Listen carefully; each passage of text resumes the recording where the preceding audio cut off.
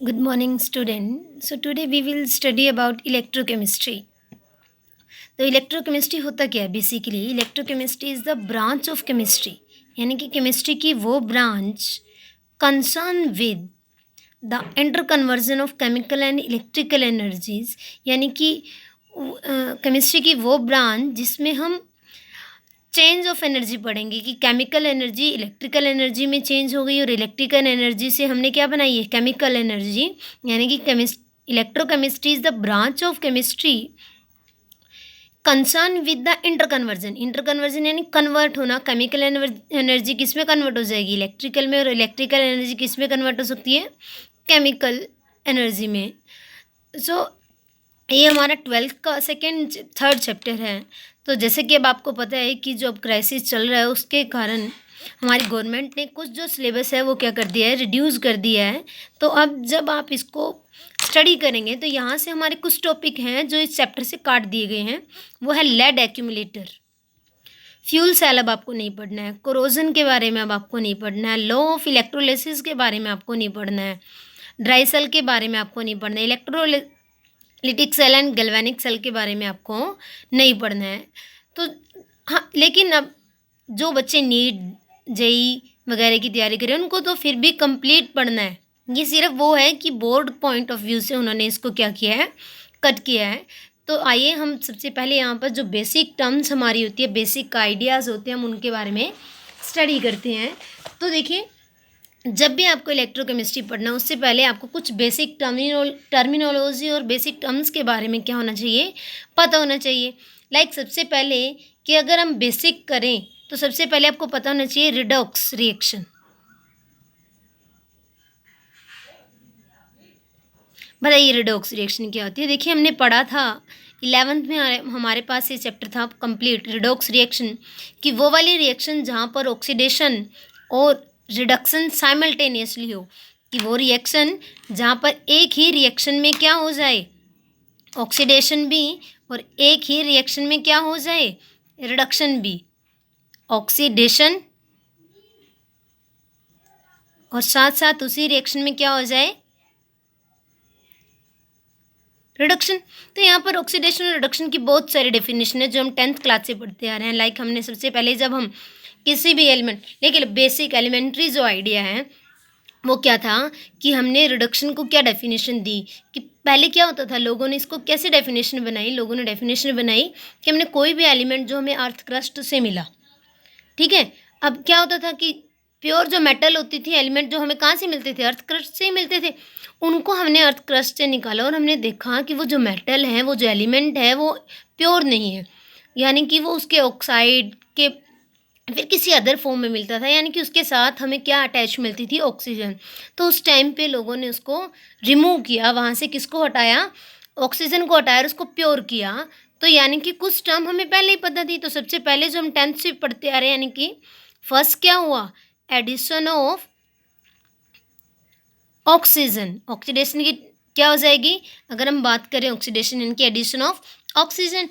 आपके पास क्या है, एल्यूमिनियम, आपने उसकी रिएक्शन करवा दी O2 से, तो आपको क्या मिल गया, Al2O3। कि कोई भी एलिमेंट अगर उसमें ऑक्सीजन की एडिशन हो रही है तो वो क्या आ जाएगी, ऑक्सीडेशन रिएक्शन। तो इसका रिवर्स यानी कि रिमूवल ऑफ ऑक्सीजन। तो आपके पास यहाँ पर क्या हो जाएगा, रिमूवल ऑफ ऑक्सीजन। अगर हमारे पास एल्यूमिनियम ऑक्साइड था, अगर हम इसकी रिएक्शन कार्बन के साथ करवा दें तो क्या हो जाएगा, यहाँ से CO2 रिमूव और हमें aluminium as a pure metal. देखिए, यहाँ से ऑक्सीजन अलग हो रहा है एल्यूमिनियम से, एल्यूमिनियम रिड्यूस हो गया Al में, एल्यूमिनियम ऑक्साइड रिड्यूस हो गया एल्यूमिनियम में। सेकेंड डेफिनेशन क्या बनाई उन्होंने जो इम्पोर्टेंट थी, यानी कि ऑक्सीडेशन में रिमूवल ऑफ हाइड्रोजन। किसका रिमूवल की बात की, हाइड्रोजन का। यानी कि अगर हम बात करें कंबशन ऑफ मीथेन तो आप लिख सकते हो CO2 + H2। देखिए, यहाँ पर कार्बन के साथ पहले हाइड्रोजन था और अब क्या अटैच हो गया है, ऑक्सीजन। तो यानी कि ये क्या हो गया, रिमूवल ऑफ हाइड्रोजन। तो यहाँ पर इसका रिवर्स हो जाता था, क्या होएगा यहाँ पर क्या होगा, एडिशन ऑफ हाइड्रोजन। तो इसका आप क्या कर सकते हो, हाइड्रोजन को ऐड कर सकते हो। लाइक हमने पढ़ा था हाइड्रोजनेशन रिएक्शन हमने पढ़ी थी ना, कि हमने प्लेटिनम कैटालिस्ट की फॉर्म में यहाँ पर हम क्या ऐड कर देते थे, ये सभी हमने 10th क्लास में पढ़ा है। पर देखिए जो बेसिक आइडिया आपको पता होना चाहिए टर्म क्या है। अभी इन डेफिनेशन को हम ज़्यादा यूज़ नहीं करते बिकॉज बहुत सारे ऐसे प्लेसेस हैं जहाँ पर ये आके क्या हो जाती हैं, फेल हो जाती है। तो हम इनकी जगह पर जो हमारी मेन डेफिनेशन है जो आपको यूज़ करनी है, जो आपको आनी चाहिए, ऑक्सीडेशन का मतलब क्या हुआ, यानी कि loss of electron. Oxidation is a process in which the loss of electron take place. क्या हो, इलेक्ट्रॉन का लॉस हो। इलेक्ट्रॉन का लॉस कैसे हो सकता है, लाइक आपके पास सोडियम था, कितने इलेक्ट्रॉन है, 11, हमने इसको ब्रेक कर दिया, Na पॉजिटिव प्लस 1 इलेक्ट्रॉन। देखिए Na में 11 थे, यहाँ पर 10 इलेक्ट्रॉन हो गए और 1 इलेक्ट्रॉन ये रहा। क्लियर है। तो अगर यहाँ पर लॉस ऑफ इलेक्ट्रॉन है तो यहाँ पर क्या हो जाएगा, गेन ऑफ इलेक्ट्रॉन, यानी कि वो प्रोसेस जिसमें हम इलेक्ट्रॉन को देते हैं। ये दोनों डेफिनेशन बहुत ज़्यादा मेन है, यही आपने इस चैप्टर में यूज़ करनी है क्योंकि हमें यहाँ से न्यूमेरिकल करने हैं। तो अगर हम हाफ ऑफ Cl2 लें, उसमें 1 इलेक्ट्रॉन ऐड कर दें तो हमें क्या मिल जाएगा, Cl नेगेटिव। क्लियर है। और जो मेन एक और हम बात करते हैं यानी कि इंक्रीज इन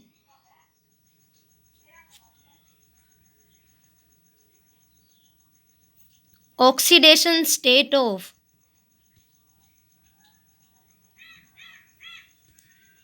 एलिमेंट, कि एलिमेंट की ऑक्सीडेशन स्टेट अगर इंक्रीज हो रही है तो वहाँ पर क्या होगा, ऑक्सीडेशन। लाइक आपके पास Fe2 पॉजिटिव है, किस में चेंज हो गया, Fe3 पॉजिटिव में। अगर आप देखो तो यहाँ से 1 इलेक्ट्रॉन लूज ही हो रहा है ना, दोनों चीज़ें। ऑक्सीडेशन स्टेट क्या हो रही है, इंक्रीज, तो यहाँ पर क्या हो गया, हमारा ऑक्सीडेशन हो गई। अगर हम बात करें दूसरे में क्या होगा, अगर डिक्रीज इन ऑक्सीडेशन स्टेट, यानी कि यहाँ पर क्या होगा, decrease in oxidation state. Oxidation state क्या हो जाएगी, कम हो जाएगी। तो यहाँ पर अगर ऑक्सीडेशन स्टेट कम हो रही होगी तो हमारे पास क्या होगा, लाइक आपके पास Cu2 पॉजिटिव है, अगर हम उसमें 2 इलेक्ट्रॉन ऐड कर दें तो किस में जा रहा है, Cu। देखिए ये एलिमेंट्री स्टेट, और जब भी एलिमेंट्री स्टेट होती है तो ऑक्सीडेशन स्टेट क्या होती है, 0, और यहाँ पर ऑक्सीडेशन स्टेट क्या हुई, 2। देखिए जिस बच्चे को नहीं पता कि ऑक्सीडेशन स्टेट क्या होती है, एक्चुअल में जो ऑक्सीडेशन स्टेट हमारे पास होती है, ऑक्सीडेशन स्टेट, ये आपको मालूम होना चाहिए। 11th में सारी चीज़ें करवाई जाती है, इसीलिए इसको मैं रिपीट करा रही हूँ क्योंकि ये सभी चीज़ें आपको यहाँ पर अगेन इन सभी चीज़ों की ज़रूरत होने वाली है। तो देखिए कुछ बच्चों को नहीं पता तो दोबारा से देख लीजिए। ऑक्सीडेशन स्टेट क्या होता है, यानी कि charge on any element, charge on any element, या फिर हम कहें ये चार्ज किसकी वजह से आता है, due to the difference in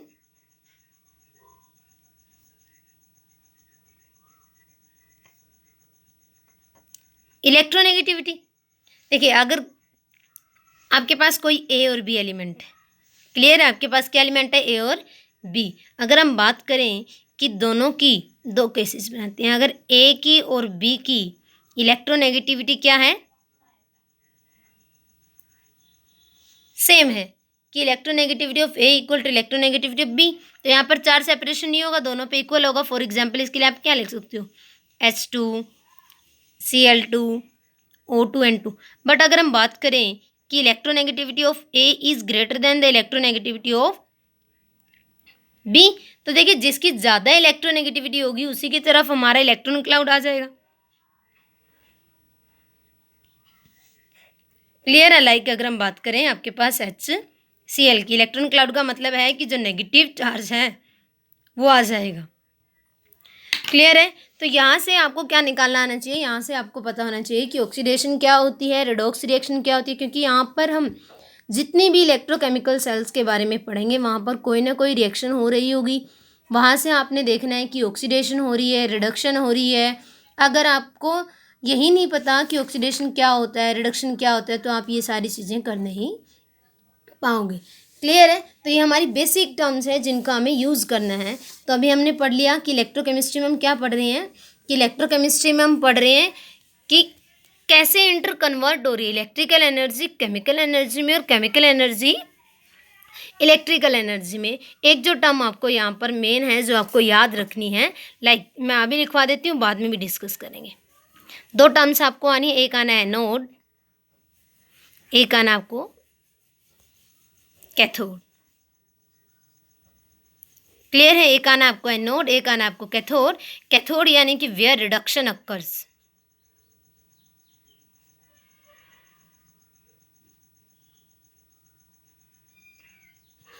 clear है? जहां पर रिडक्शन होगी तो वहां पर कैथोड होगा, और वेयर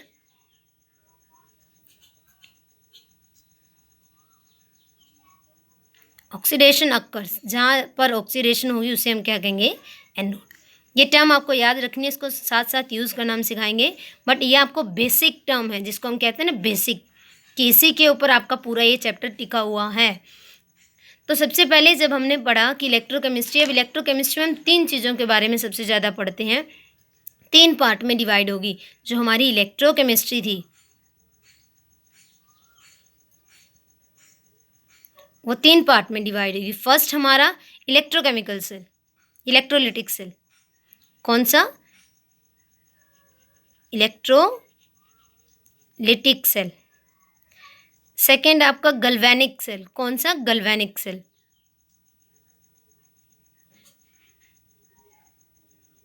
और थर्ड जिससे आपके न्यूमेरिकल आता है, और अभी भी देखिए सीबीएसई ने जो टॉपिक कट किया उसमें आपके पास इलेक्ट्रिकल सेल को भी मोस्टली कट ही कर दिया, गल्वेनिक सेल। बट यहाँ से जो आपका थर्ड पार्ट है वो क्या है? यानी कि आपके पास conduction of solution,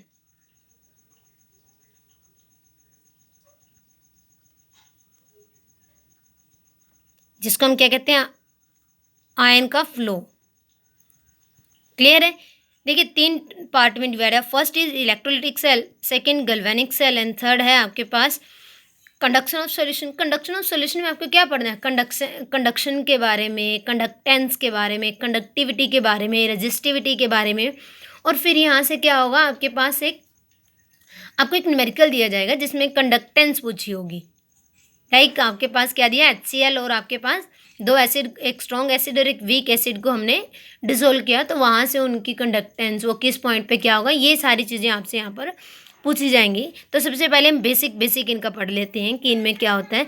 first heading बनाइए इलेक्ट्रोलिटिक सेल।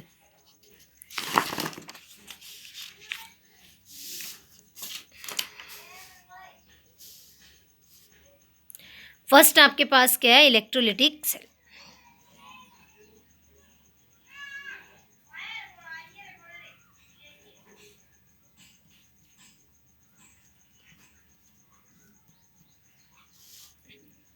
तो इलेक्ट्रोलिटिक सेल की डेफिनेशन लिखिए। इलेक्ट्रोलिटिक सेल यानी कि वो जहाँ पर हमने इलेक्ट्रिकल एनर्जी को किस में चेंज कर दिया? Chemical energy. Electrolytic cell are those in which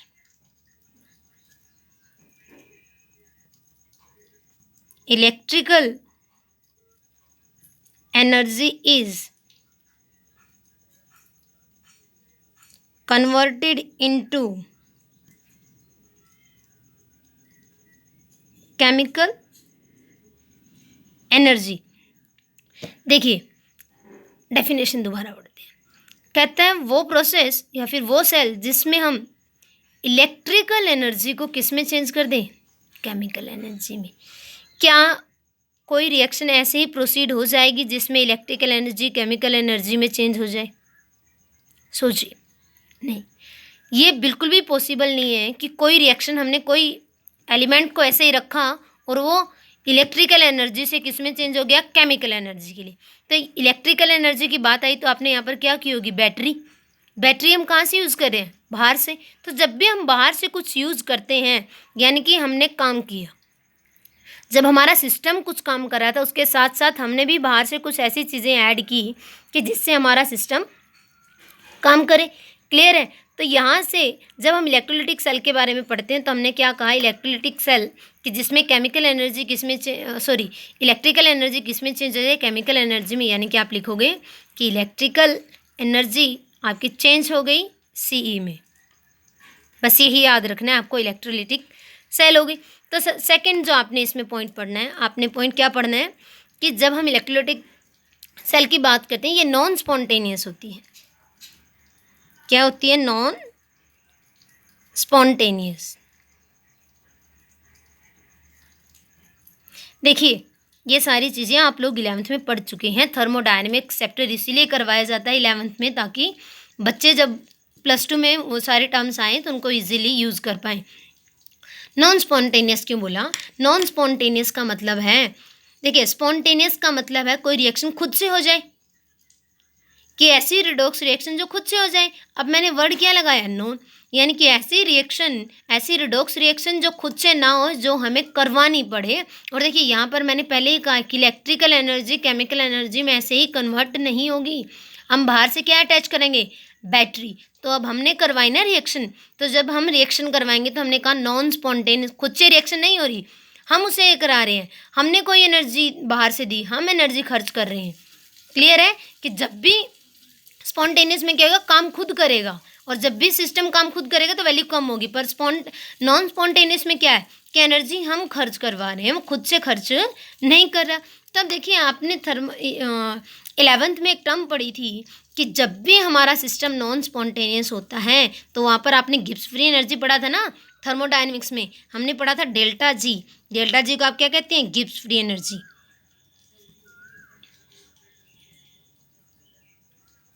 देखिए क्लियर है एक बात, जब सिस्टम ही स्पॉन्टेनियस नहीं है तो डेल्टा जी की वैल्यू क्या नेगेटिव होगी? नहीं, तो डेल्टा जी की वैल्यू क्या होगी? पॉजिटिव। देखिए नीट में जेई में ये क्वेश्चन डायरेक्ट पूछ लिया जाता है, for a non spontaneous value the value of delta G. तो अगर हम बात करें value of delta G, it is positive. Clear है? तो यहाँ पर जब हम इलेक्ट्रोलिटिक सेल की बात करते हैं तो हमारी जो डेल्टा जी की वैल्यू है वो क्या आनी चाहिए? पॉजिटिव। देखिए पॉजिटिव क्यों आई? आपके पास डेल्टा जी क्या होता था? Delta G is equal to delta H minus T delta S. Energy positive क्यों आई? देखिए अभी भी मैंने बोला कि हम बाहर से एनर्जी खर्च करवा रहे हैं। क्लियर है? यानी कि जब हम बाहर से एनर्जी खर्च करवाएंगे तो जो ये वैल्यू मेरी आएगी, ये क्या आएगी? पॉजिटिव। और ये वैल्यू पॉजिटिव कब कैसे आएगी? ये वैल्यू पॉजिटिव आने के लिए लाइक आप मान के चलिए, फॉर एग्जांपल जिसको नहीं समझ में आता कैसे पॉजिटिव आएगी, लाइक मेरे पास 100 करोड़ थे। क्लियर है? मेरे पास 100 करोड़ थे, अब मेरे पास वो पैसे क्या हो गए? ज़्यादा हो गए। अब मुझे वो चैरिटी में डोनेट करनी है, चैरिटी करनी है। तो अब मैं, ये तो है नहीं कि मैं पूरे के पूरे 100 करोड़ के 100 करोड़ डोनेट करूँगी। मैं क्या करूँगी कि मैं कुछ ऐसे रखूँगी ना, लाइक मेरी 65 एज हो गई, अब मैं सोचती हूँ कि मैं 70 या फिर 75 तक मेरी डेथ हो जाएगी, या फिर सम मोर या फिर less edges are left. Clear है? तो अब मैं क्या करूँगी, कुछ अपना कुछ पैसा चैरिटी को दे दूँगी, यानी कि मैं डोनेशन कर दूँगी कि किसी आश्रम वगैरह में जाए। तो अब मैं पूरा पैसा डोनेट नहीं करूँगी। लाइक मेरे पास जो एनर्जी थी वो कितनी थी? 100। ठीक है, इतना ही था ना मेरा वर्थ, 100। और मैंने डोनेट कितने किए? 50% मैंने इसका डोनेट कर दिया, तो बचा कितना? प्लस का 50। तो इसीलिए क्योंकि हमने बाहर से अप्लाई किया, सिस्टम खुद की पूरी एनर्जी को इसमें कन्वर्ट नहीं कर रहा। क्लियर है? यानी कि डेल्टा जी क्या हो गया कि यूजफुल काम करने में हमने कितनी एनर्जी खर्च की। क्लियर है? तो वो आपकी क्या आएगी? पॉजिटिव। अगर वो आपकी पॉजिटिव आ रही है तो सिस्टम क्या आ गया? Non spontaneous. ये 3 पॉइंट आपको याद रखने हैं कि अगर हमारी इलेक्ट्रोलाइटिक सेल है तो वहाँ पर डेल्टा जी क्या आएगी? नेगेटिव। अब हमें इसकी एक बार इलेक्ट्रोलाइटिक मेथड से हम करके देखते हैं कि हमने क्या लिया, एक सॉल्यूशन लिया। यहाँ पर हमने 2 इलेक्ट्रॉन डिप किए हैं। आपने इलेक्ट्रोड किसके लिए हैं? प्लेटिनियम के लिए। आपके जो इलेक्ट्रोड हैं किसके बने हुए हैं? प्लेटिनियम के। इलेक्ट्रोड प्लेटिनियम के क्यों लिए? क्योंकि प्लेटिनियम एक इनर्ट मेटल है और इजीली रिएक्ट नहीं करता।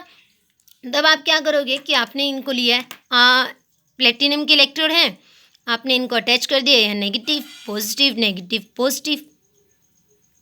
ये बैटरी का पॉजिटिव टर्मिनल हो गया, नेगेटिव टर्मिनल हो गया। और जैसा कि हमें पता है कि पॉजिटिव पे क्या होती है, यहाँ पर ऑक्सीडेशन, यहाँ पे क्या होगी? नेगेटिव वाली साइड। नेगेटिव साइड क्या होती है आपकी? कैथोड। ये और ये चीज़ें मैंने लगाई थी। अगर कैथोड है तो आपकी क्या होगी, रिडक्शन। अगर ऑक्सीडेशन कहाँ पर होती है, समझेंगे भी ऐसा क्यों हुआ कि एनोड पर ही ऑक्सीडेशन क्यों हुई। क्लियर है। लाइक हमने यहाँ पर एक लिया है कैटायन और एनायन का सॉल्यूशन ले लिया है, तो यहाँ पर आपके पास पॉजिटिव चार्ज भी है, यहाँ पर आपके पास नेगेटिव चार्ज लिए। सपोज मैंने इसके अंदर क्या लिया, NaCl ले लिया। मैंने इसके अंदर क्या लिया है, NaCl ले लिया। तो देखिए एट एनोड, एनोड पर क्या होगा, एनोड कैसा टर्मिनल है सबसे पहला मेरा, एनोड वो टर्मिनल जो क्या हो, पॉजिटिव। तो एनोड क्या है मेरा, पॉजिटिव टर्मिनल। तो अब हमें रिएक्शन पढ़नी है, पॉजिटिव टर्मिनल पे क्या होगा। देखिए हमने बोला पॉजिटिव टर्मिनल पे ऑक्सीडेशन हो रही है, और ऑक्सीडेशन आपने पढ़ा था लॉस ऑफ इलेक्ट्रॉन। तो देखिए क्या जुड़ा हुआ है यहाँ पर, पॉजिटिव। तो पॉजिटिव पे कैटायन तो जाने से रहा, क्या जाएगा, एनायन मूव करेगा मेरा किसकी तरफ, एनोड की तरफ। तो एनायन आपके पास क्या था, ए नेगेटिव। अगर वो एनोड की तरफ मूव करेगा तो यहाँ पर जो रिएक्शन होगी क्या हो जाएगी, A+1 इलेक्ट्रॉन, ये अपना एक इलेक्ट्रॉन लूज कर देगा। तो देखिए जब लॉस ऑफ इलेक्ट्रॉन हो ही गया, loss of electron is known as oxidation. और एक बात जो मेन है, ये सारी ये इसको हम ऑक्सीडेशन ही नहीं लिखेंगे, इसको हम लिखेंगे ऑक्सीडेशन हाफ रिएक्शन। आपने हाफ क्यों लिखा, देखिए कई बच्चे कंफ्यूज हो जाते हैं कि यहाँ पर हमने सिंपल ऑक्सीडेशन क्यों नहीं लिखा, ऑक्सीडेशन हाफ रिएक्शन ही क्यों लिखा, हाफ ऑक्सीडेशन या ऑक्सीडेशन हाफ रिएक्शन। देखिए क्यों लिखा, क्योंकि जब भी आपके पास कोई रिएक्शन इलेक्ट्रॉन की फॉर्म में होगी, वहाँ पर इलेक्ट्रॉन की प्रेजेंस आपको दिखाई जाए तो हम उसको ऑक्सीडेशन हाफ रिएक्शन बोलेंगे। और उसके बाद अगर कोई रिएक्शन जिसमें इलेक्ट्रॉन का एक्सचेंज, कि हमारे इलेक्ट्रॉन लूज हुआ, गेन हुआ, किसके ऊपर कितना इलेक्ट्रॉन गया, चेंज ऑफ इलेक्ट्रॉन अगर आपको नहीं दिखाया जाए तो उन्हें हम कंप्लीट रिएक्शन बोलते हैं, वहाँ पर हम हाफ वर्ड यूज़ नहीं करते। और ये सारी चीज़ें आपको रिडॉक्स रिएक्शन में बाकायदा बड़े अच्छे से करवाई गई हैं। क्लियर है। नेक्स्ट जो हमारे पास है वो क्या है कि क्या होगी रिएक्शन किस पे, कैथोड पे, एट कैथोड। किसकी बात कर रहे हैं आप, कैथोड की। तो कैथोड एक मेरा क्या है, नेगेटिव टर्मिनल। कैथोड मेरा क्या है, नेगेटिव टर्मिनल। नेगेटिव टर्मिनल का मतलब आप समझ रहे हैं क्या कहना चाह रहे हैं, कि यहाँ पर जो इस सॉल्यूशन में कैटायन प्रेजेंट थे वो नेगेटिव टर्मिनल की तरफ मूव करेगा ना, यानी कि ये जो C पॉजिटिव था किसकी तरफ मूव करेगा, इस इलेक्ट्रोड की तरफ, इस इलेक्ट्रोड की तरफ मूव करेगा। तो देखिए यहाँ पर क्या था, C पॉजिटिव। अब यहाँ से एक इलेक्ट्रॉन लेगा और कन्वर्ट हो जाएगा C में। देखिए गेन ऑफ इलेक्ट्रॉन हुआ, क्या हुआ, गेन ऑफ इलेक्ट्रॉन। तो आपके पास क्या होगी, रिडक्शन हाफ रिएक्शन। समझ आ रहा है, आपके पास ये क्या होगी, रिडक्शन हाफ रिएक्शन। ये हमारे पास क्या थी, इलेक्ट्रोलिटिक सेल थी। आपको इलेक्ट्रोलिटिक सेल में यही देखना आता है कि क्या होती है, कैथोड पे एनोड पे कौन सी रिएक्शन हो रही है और कैसे हो रही है। आपको कोई इक्वेशन दे दी जाएगी, उसके बाद आपको चेक करना है। ये मैंने क्या लिया था यहाँ पर देखना आपने, ये मैंने लिया था एक इलेक्ट्रोलिटिक सॉल्यूशन। इलेक्ट्रोलिटिक सॉल्यूशन का मतलब समझते हैं, यानी कि जो कंप्लीट ब्रेकडाउन हो जाए कैटायन और एनायन में। फॉर एग्जांपल यहाँ पर मैं इसको मैं क्या कह सकती हूँ, लाइक मैंने NaCl लिया ना, तो NaCl कंप्लीट ब्रेकडाउन हो जाता है ना Na+Cl नेगेटिव में। क्यों, ये क्योंकि यहाँ पर क्या होते हैं, आयनिक बॉन्ड। क्लियर है। तो आज के लिए इतना ही। नेक्स्ट वीडियो में हम इस चैप्टर को कंटिन्यू करेंगे। देखिए हर चीज़ को आपने डिटेल से पढ़ना है। Please like and subscribe my channel.